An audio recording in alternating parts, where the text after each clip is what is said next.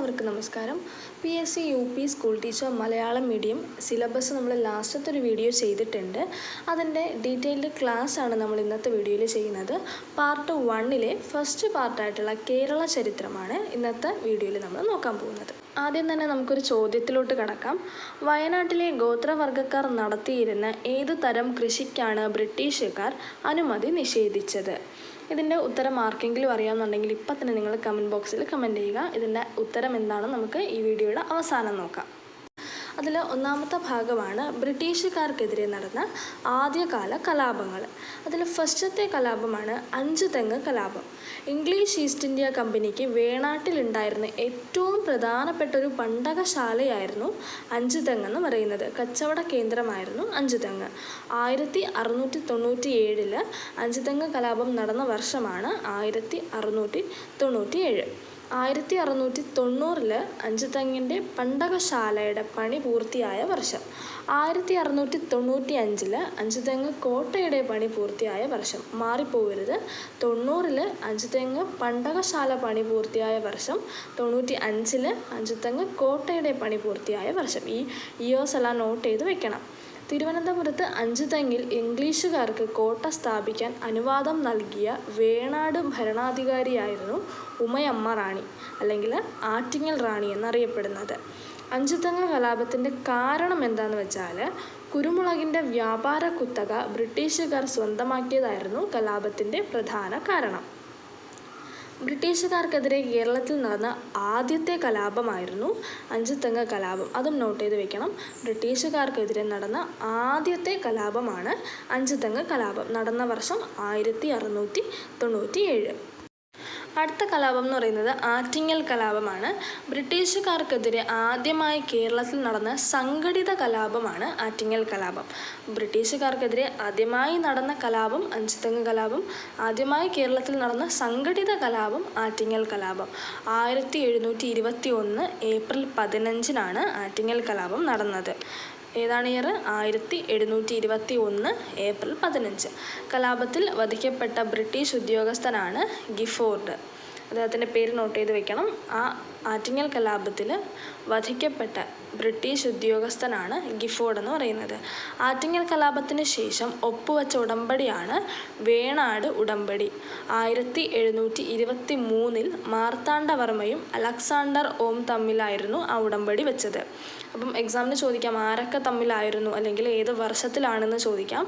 1723 മാർത്താണ്ഡവർമ്മയും Alexander ഓം തമ്മിലായിരുന്നു ഉടമ്പടി. ഇനി എന്താണ് ആറ്റിങ്ങൽ കലാപം?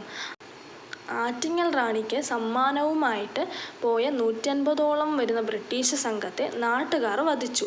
അതാണ് ആറ്റിങ്ങൽ കലാപം എന്ന് അറിയപ്പെടുന്നത്. ഇനി പറയുന്നത് കേരളത്തിലെ ബ്രിട്ടീഷ് വിരുദ്ധ കലാപങ്ങൾക്ക് നേതൃത്വം നൽകിയവർ ആരൊക്കെയെന്നാണ്. തിരുവിതാംകൂറിൽ വേലുത്തമ്പി ദളവയായിരുന്നു നേതൃത്വം നൽകിയിരുന്നത്. കൊച്ചിയിൽ പാലിയത്തച്ഛൻ, മലബാറിൽ പഴശ്ശിരാജ, കുറിച്യർ, മാപ്പിള കർഷകർ എന്നിവരായിരുന്നു. അതും നോട്ട് ചെയ്ത് വെക്കണം. തിരുവിതാംകൂറിലെ വേലുത്തമ്പി ദളവ, കൊച്ചിയിൽ പാലിയത്തച്ഛൻ, മലബാറിൽ പഴശ്ശിരാജ, കുറിച്യർ, മാപ്പിള കർഷകർ എന്നിവർ. ഇനി എന്താണ് പഴശ്ശി വിപ്ലവം എന്ന് നോക്കാം. മലബാറിൽ ബ്രിട്ടീഷുകാർക്കെതിരെയുള്ള യുദ്ധത്തിൽ പഴശ്ശിരാജാവിൻ്റെ കേന്ദ്രമായിരുന്ന മലയാണ് പുരളിമല. തലശ്ശേരി താലൂക്കിലാണത് സ്ഥിതി ചെയ്യുന്നത്. മലയുടെ പേരാണ് പുരളിമല. മലബാറിൽ ബ്രിട്ടീഷുകാർക്കെതിരെയുള്ള യുദ്ധത്തിൽ പഴശ്ശിരാജാവിൻ്റെ കേന്ദ്രമായിരുന്നു ആ പുരളിമല എന്ന് പറയുന്നത്. പുരളിശമ്മൻ, പൈച്ചി രാജ, കെട്ടിയോട്ട് രാജ, കേരള സിംഹം എന്നിവ പഴശ്ശിരാജയുടെ വിളിപ്പേരുകളാണ്. കേരള സിംഹം എന്ന് വിളിച്ചത് സർദാർ KM പണിക്കരാണ്. കേരള സിംഹം എന്നറിയപ്പെടുന്നത് പഴശ്ശിരാജയാണ്. അദ്ദേഹത്തിന് അങ്ങനെ ഒരു വിളിപ്പേര് ആരാണ് കൊണ്ടുവന്നത്? സർദാർ KM പണിക്കരാണ്. പഴശ്ശിരാജാവിൻ്റെ രാജവംശം എന്ന് പറയുന്നത് കോട്ടയം രാജവംശമാണ്. അത് സ്ഥാപിച്ചത് ഹരിശ്ചന്ദ്ര പെരുമാളാണ്. ഇനി പഴശ്ശി വിപ്ലവം 2 ഉണ്ട്. 2 പഴശ്ശി വിപ്ലവങ്ങളാണുള്ളത്. ഒന്നാം പഴശ്ശി വിപ്ലവം എന്ന് പറയുന്നത് 1793 മുതൽ 1797 വരെയാണ് അത് നടന്ന കാലം എന്ന് പറയുന്നത്. അതിൻ്റെ കാരണം, ഒന്നാം പഴശ്ശി വിപ്ലവം നടക്കാനുള്ള കാരണം ബ്രിട്ടീഷുകാരുടെ തെറ്റായ നികുതി നയമായിരുന്നു. ശ്രീരംഗപട്ടണം സന്ധി എന്ന് പറയുന്നത് 1792 അതുപ്രകാരം ബ്രിട്ടീഷുകാർ മലബാർ കീഴടക്കി തെറ്റായ നികുതി നയം കൊണ്ടുവന്നു. അതിനെതിരെയായിരുന്നു പഴശ്ശിയുടെ ഒന്നാമത്തെ വിപ്ലവം. ശ്രീരംഗപട്ടണ സന്ധിക്ക് ശേഷം നികുതി പിരിക്കാനുള്ള അധികാരം ഇംഗ്ലീഷ് ഈസ്റ്റ് ഇന്ത്യ കമ്പനി നൽകിയിരുന്നത് കുറുമ്പ്രനാട്ടിലുള്ള വീരവർമ്മയ്ക്കാണ്. ഇനി ഒന്നാം പഴശ്ശി വിപ്ലവം അവസാനിപ്പിക്കാനായിട്ട് ഇടനിലക്കാരനായിട്ട്, അതായത് മീഡിയേറ്ററായിട്ട് നിന്നത് ചിറക്കൽ രാജാവാണ്. രണ്ടാമത്തെ പഴശ്ശി വിപ്ലവം നടന്നത് 1800 മുതൽ 1805 വരെയാണ്. ബ്രിട്ടീഷുകാർ വയനാട് പിടിച്ചെടുക്കാൻ ശ്രമിച്ചു. അപ്പോൾ വയനാട്ടിലെ ആദിവാസി വിഭാഗങ്ങളായ കുറിച്യർ, കുറുമ്പ്രർ പഴശ്ശി രാജാവിനെ സഹായിക്കുകയും രണ്ടാം പഴശ്ശി വിപ്ലവം ആരംഭിക്കുകയും ചെയ്തു. അപ്പോൾ ഇതാണ് രണ്ട് പഴശ്ശി വിപ്ലവങ്ങൾ. അത് നടന്ന വർഷവും ഓർത്തിരിക്കണം. ഇനി കുറച്ച് പേരുകളാണ് പറയുന്നത്. കണ്ണവത്ത് ശങ്കരൻ നമ്പ്യാർ. കണ്ണവത്ത് ശങ്കരൻ നമ്പ്യാർ ആരാണെന്ന് ചോദിച്ചാൽ പഴശ്ശി രാജയുടെ പ്രധാനമന്ത്രിയായിരുന്നു. കൈതേരി അമ്പു നായർ പഴശ്ശിയുടെ സർവ്വ സൈന്യാധിപനായിരുന്നു.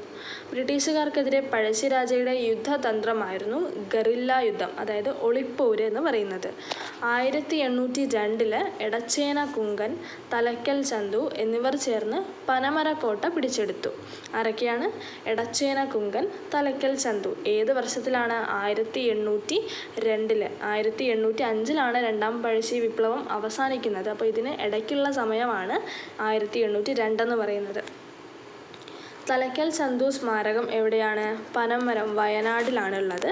പഴശ്ശി വിപ്ലവ സമയത്ത് മലബാറിലെ തലശ്ശേരി സബ് കളക്ടറായിരുന്നു തോമസ് ഹാർവി ബേബർ. അത് ചിലപ്പോൾ ചോദിക്കാം.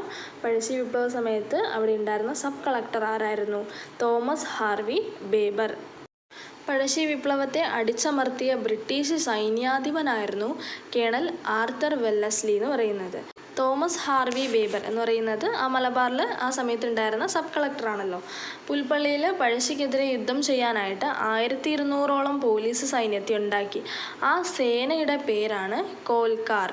അപ്പോൾ സബ് കളക്ടർ പുൽപ്പള്ളിയിൽ പഴശ്ശിക്കെതിരെ യുദ്ധം ചെയ്യാനായിട്ട് ഉണ്ടാക്കിയ സൈന്യത്തിൻ്റെ അല്ലെങ്കിൽ ആ സേനയുടെ പേരാണ് കോൽക്കാർ എന്ന് പറയുന്നത്. പഴശ്ശി രാജയുടെ മരണം 1805 നവംബർ 30 അപ്പോൾ തന്നെയാണ് രണ്ടാം പഴശ്ശി യുദ്ധം അവസാനിച്ചതും അല്ലേ. പഴശ്ശി രാജ കൊല്ലപ്പെട്ട സ്ഥലം എന്ന് പറയുന്നത് മാവിലാത്തോടാണ്, വയനാട്. പഴശ്ശി സ്മാരകം മാനന്തവാടിയിലാണുള്ളത്. പഴശ്ശി മ്യൂസിയം കോഴിക്കോടുണ്ട്. പഴശ്ശി ഡാം കണ്ണൂർ. പഴശ്ശി കുടീരം വയനാട്. പഴശ്ശി ഗുഹ മലപ്പുറം. ആ സ്ഥലങ്ങളും നോക്കി വയ്ക്കണം. അപ്പോൾ ഇത്രയാണ് പഴശ്ശി വിപ്ലവത്തെക്കുറിച്ച് പറയാനുള്ളത്. ഇനി നമുക്കുള്ളത് കുറിച്യർ കലാപമാണ്. അതെന്താണെന്ന് നോക്കാം. അപ്പോൾ എന്താണ് കുറിച്യർ കലാപം? 1812 മാർച്ചിൽ രാമനമ്പിയുടെ നേതൃത്വത്തിൽ, രാമനമ്പി എന്ന് പറയുന്നത് രാമമൂപ്പൻ എന്നും അറിയപ്പെടുന്നുണ്ട്, അദ്ദേഹത്തിൻ്റെ നേതൃത്വത്തിൽ വയനാട്ടിൽ നടന്ന ഏക ഗിരിവർഗ കലാപമാണ് കുറിച്യർ കലാപം.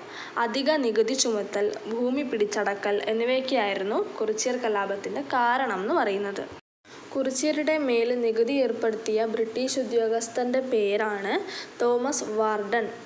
ഇനി TH ബേബർ പറഞ്ഞൊരു അഭിപ്രായപ്പെട്ട ഒരു കോട്ടുണ്ട്. അപ്പോൾ അതെന്താണെന്ന് നോക്കാം. ഒരു മാസം കൂടി പിടിച്ചു നിൽക്കാൻ കലാപകാരികൾക്ക് കഴിയുമായിരുന്നെങ്കിൽ രാജ്യം അവരുടെ നിയന്ത്രണത്തിലായേനെ എന്ന് കുറിച്യർ കലാപത്തെക്കുറിച്ച് അഭിപ്രായപ്പെട്ട വ്യക്തിയാണ് TH ബേബർ. ഒന്നും കൂടി ഞാൻ ആ കോട്ട് പറയാം. ഒരു മാസം കൂടി പിടിച്ചു നിൽക്കാൻ കലാപകാരികൾക്ക് കഴിയുമായിരുന്നെങ്കിൽ രാജ്യം അവരുടെ നിയന്ത്രണത്തിൽ ആയേനെ എന്ന് അഭിപ്രായപ്പെട്ടത് ആരാണ്? TH ബേബറാണ്. അപ്പോൾ നമ്മൾ വീഡിയോ തുടങ്ങുന്ന സമയത്ത് ഒരു ക്വസ്റ്റ്യൻ നോക്കിയിട്ടുണ്ടായിരുന്നു. ഒന്നും കൂടെ ആ ക്വസ്റ്റ്യനിലോട്ട് വരാം. വയനാട്ടിലെ ഗോത്രവർഗക്കാർ നടത്തിയിരുന്ന ഏത് തരം കൃഷിക്കാണ് ബ്രിട്ടീഷുകാർ അനുമതി നിഷേധിച്ചത്? അതിൻ്റെ ഉത്തരം എന്ന് പറയുന്നത് വെട്ടിച്ചുട്ടു കൃഷിയാണ്. വെട്ടിച്ചുട്ടു കൃഷി. അപ്പോൾ ഈ വീഡിയോ ഇത്രയേ ഉള്ളൂ. അടുത്ത ഭാഗവുമായിട്ട് അടുത്ത വീഡിയോയിൽ വരാം. നിങ്ങൾക്ക് ഈ വീഡിയോ ഉപയോഗപ്രദമായെന്നുണ്ടെങ്കിൽ നിങ്ങൾ തീർച്ചയായിട്ടും അത് കമൻറ്റ് വഴി അറിയിക്കണം.